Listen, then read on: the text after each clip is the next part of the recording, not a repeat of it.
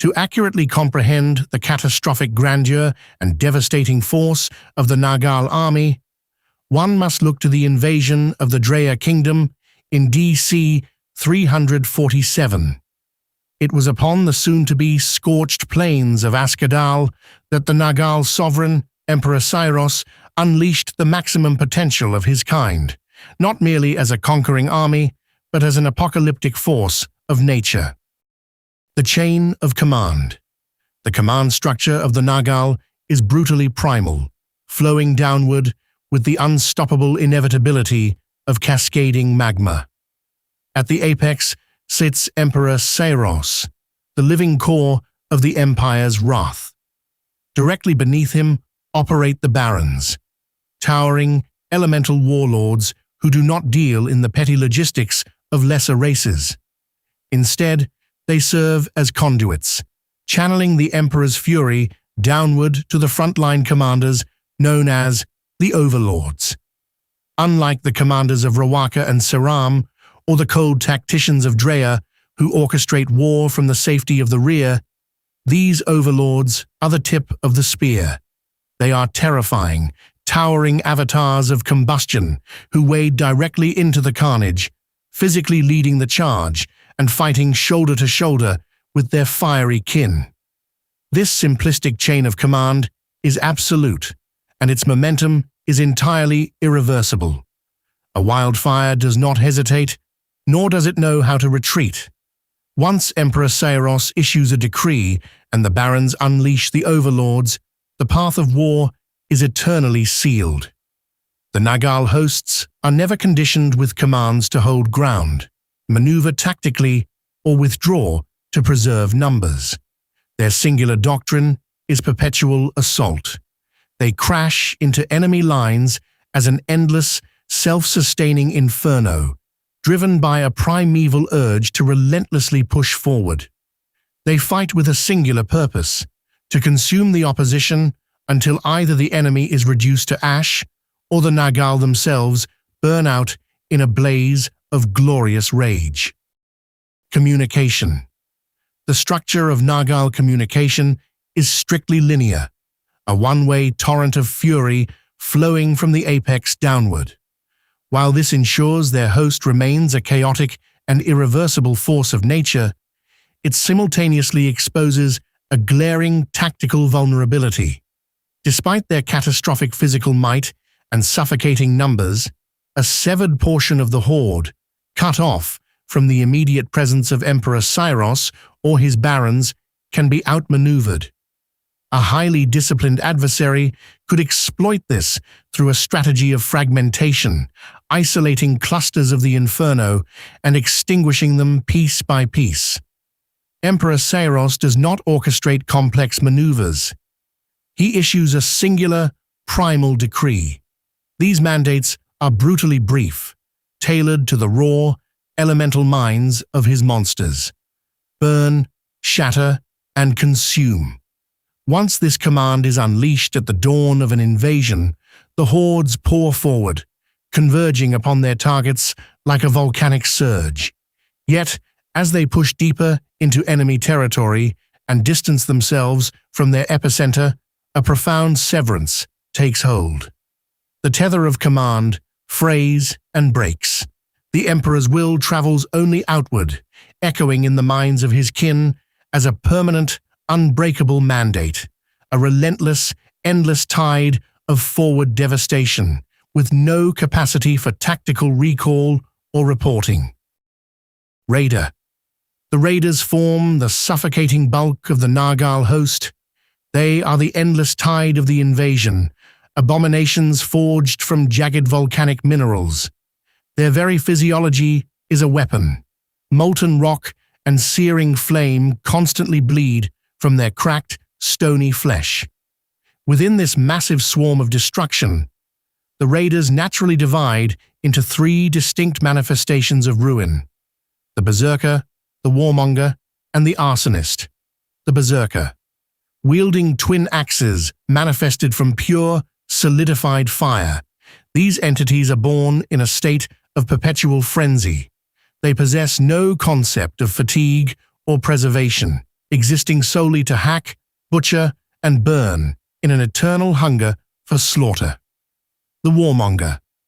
These are the incendiary catalysts of the Horde.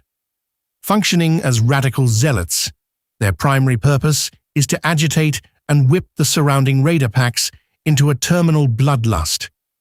Through guttural roars and blazing fervor, they stoke the aggressive embers of their kin into an uncontrollable, roaring blaze. The arsonist. Shedding the need for close-quarters butchery, these ranged variants are living siege engines. They lack conventional melee weaponry, existing exclusively to bombard the battlefield from afar. They channel the magma within their own bodies to hurl devastating concentrated firebolts, melting through enemy shield walls before the clash of infantry even begins. Behemoth. The Behemoth classification encompasses the terrifying, non-humanoid, and strictly non-bipedal abominations of the Nagal host. They are not merely soldiers. They are walking natural disasters, categorized primarily into two devastating manifestations, the Ravager and the Tunneler. The Ravager, often manifesting with 6 massive, pillar-like limbs, these entities function as the unimaginably resilient, slow-moving dreadnoughts of the Horde. Encased in impossibly thick volcanic carapaces, their advance is methodical and entirely crushing. A Ravager can wade directly into the thickest formations of enemy infantry, shattering shield walls by sheer mass, or be directed against fortifications, serving as a living, breathing siege engine to batter down towering gates. The Tunneler. Resembling colossal, molten tapeworms, these units are the undisputed masters of the subterranean realms. They do not march. They hunt and migrate in predatory clusters deep beneath the earth, allowing the Horde to execute devastating, undetected raids from below. When they reach a vulnerable strategic nexus, they violently erupt from the ground, shattering enemy formations and swallowing entire ranks whole, leaving their victims to incinerate within their blazing, furnace-like gullets. Sorcerer. These entities represent the zenith of the Nagal host's destructive capacity. Driven by an inexhaustible, burning mental focus, the Sorcerer echelon is divided into 2 terrifying manifestations of ruin: the Witch and the Warlock. The Witch, forged in the dark image of their creator, Ragsin the Shaper. The Witches are sinister conduits of soul magic. They do not merely fight, they manipulate the very essence of life and death. These spellcasters can reanimate the charred husks of their fallen kin, manifest ethereal horrors to sweep across the battlefield, and violently twist the minds of their adversaries until sanity shatters. As inherent masters of soul manipulation, they wield the innate power of shape-shifting. The Warlock. Warlocks do not rely on local elements.